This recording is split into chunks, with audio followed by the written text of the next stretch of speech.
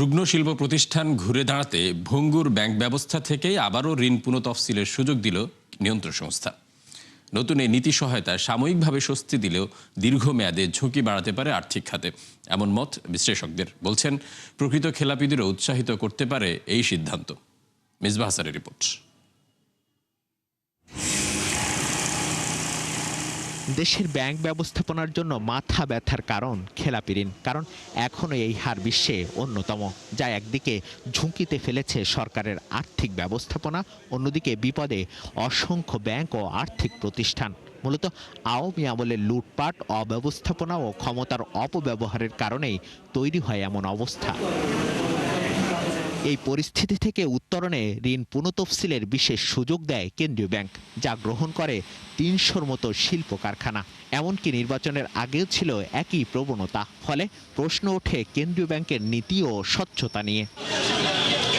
এই আলোচনা শেষ না হতেই আবারও একই পথে হাঁটছে কেন্দ্রীয় ব্যাংক। নতুন নির্দেশনায় বলা হয়, আওয়ামী লীগ সরকার অন্তর্বর্তী সময়ে অর্থনৈতিক অস্থিরতা, ব্যবসায়িক সংকট ও ডলারের মূল্য বৃদ্ধির কারণে ক্ষতিগ্রস্ত প্রতিষ্ঠানগুলোকে সচল রাখতেই এই উদ্যোগ। বলা হয়, ২% ডাউন পেমেন্টে নিয়মিত করা যাবে খেলাপি ঋণ, যার মেয়াদ হবে সর্বোচ্চ 10 বছর। 18 কতে যে ডাউন পেমেন্টের কথা বলা হয়েছে, সেটার সাথে তো খেলাপি ঋণের ডাউন পেমেন্ট বা রিসিডিউল কোনো সম্পর্ক নাই। ওগুলো স্বাভাবিক নিয়মে রিসিডিউল হোক বা লোন অ্যাডজাস্ট হোক, সেগুলি করে সিএবি ক্লিন তাকে করে আসতে হবে। সাবেক এই ব্যবসায়ী নেতা বলছেন, নতুন করে এমন সুযোগ ব্যবসাকে ঘুরে দাঁড়াতে সহায়তা করবে। তবে কিছু ঋণ খেলাপির দায় যেন পুরো ব্যবসায়ী সমাজের ওপর না পড়ে, সে বিষয়ে সতর্ক থাকা জরুরি। কি ওয়েভ করা যাবে, কি ওয়েভ করা যাবে না, কতখানি হেয়ার কাট নেওয়া যাবে, কতখানি ইন্টারেস্ট ওয়েভার দেওয়া যাবে, কতখানি ছাড় দেওয়া যাবে, এই জিনিসগুলো এতখানি রেস্ট্রিক্টেড কিন্তু কোনো বেসেল 3 সিস্টেমে নেই। আমরা কিন্তু বিভিন্ন কারণে এটা স্বাভাবিকভাবে করতে পারি না। যে উইলফুল ডিফল্টার সংখ্যাটা কিন্তু খুবই নগণ্য। তাদের জন্য বাকি সমস্ত ব্যবসায়ীকে কিংবা বাকি সমস্ত ঋণগ্রহীতাকে পানিশ করাটা বোধহয় ঠিক হবে না।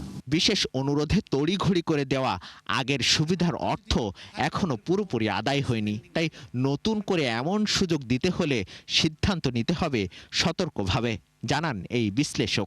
যেই ৩০০টি কোম্পানিকে কিংবা শিল্প গোষ্ঠীকে আমরা ঋণ পুনর্গঠনের সুযোগ দিয়েছিলাম, তাদের মধ্যে অনেকেই এখনো কিন্তু তাদের ঋণটি পুনর্গঠন করতে পারে নাই। ইচ্ছাকৃত ঋণ খেলাপি কিংবা বারংবার ঋণ খেলাপি সংস্কৃতিকে উৎসাহিত না করি।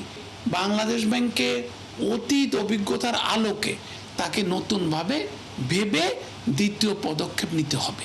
বাংলাদেশ ব্যাংকের তথ্য বলছে, গেল ডিসেম্বর শেষে ব্যাংক খাতে খেলাপি ঋণ ছিল 5,57,000 কোটি টাকা।